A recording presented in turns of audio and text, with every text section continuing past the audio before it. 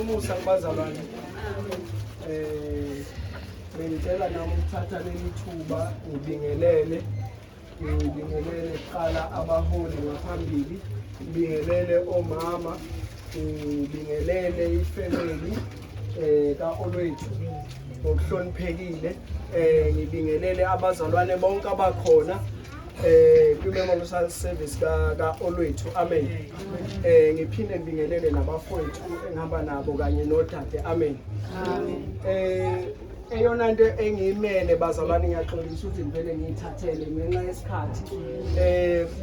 Eyona nto engiyimele ukuzokhuluma on behalf of ibandla ngo-Olwethu, amen. Akukho kude okanye akukho kuningi engizokhuluma ngo-Olwethu, but bengifuna nje ukuveza ukuthi mhlawumbe uqala nami ukwazana no-Olwethu, sazane ngokuthi sihlangane kwichoir, yona ichoir le, amen. But ekwazaneni kwethu, firstly mangiveze lento, mina ngumuntu kakhulu ongakwazi ukuconnecta nabantu, angikwazi ukuncokola nabantu, iyangihlula kahle into yokuncokola nabantu. But it was strange ukuthi la umfowethu Olwethu, the first day sihlangana, ngabe sengazi ukuthi ubani, uvelaphi, usuke Eastern Cape. Last year he graduated kwa January, wa move to Cape Town, wasebenza in Cape Town, bese ngiyazi yonke la ngaleyo first day ngidibana naye Olwethu. So lonto leyo iveza kakhulu okuningi kakhulu abafowethu esebekuvezile ngo-Olwethu ukuthi u-Olwethu bengumuntu wabantu, amen. Engizokuthetha ngaphansi kwenkonzo, umfowethu nje sazanile, kubuhlungu kakhulu ukuthi because isikhathi esibe naso no-Olwethu sibe sifishane kakhulu. Sithe sisaqala ukwazana kwabe sekwenzeka lesisehlo esenzakele, amen. Ngiyafuna kakhulu ukududuza umndeni ngokulahlekelwa ngo-Olwethu, especially esemncane ngalolu hlobo abesemncane ngalo. Kubuhlungu kakhulu, ngiyayimagine i-pain ifamily kanye nabazali that are going through ukuthi bamsile esikoleni wafunda, ungakapheli nonyaka eqalile ukusebenza, then sekwenzeka into efana nale.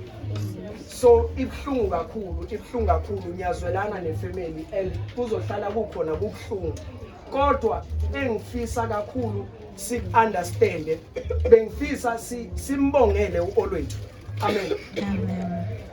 Eyona nto engifuna simbongele yona is that mina mangiqale ngiveze, mina sengineminyaka ngikhonza, but u-Olwethu into akwazi ukuyenza in a matter of few weeks, mina ingithathe iminyaka ukuthi ngikwazi ukuyenza. U-Olwethu took a decision yokuthi ufuna ukunikela impilo yakhe kuJesu Kristu, amen. Within weeks what decide ukuthi ufuna ukushintsha impilo yakhe.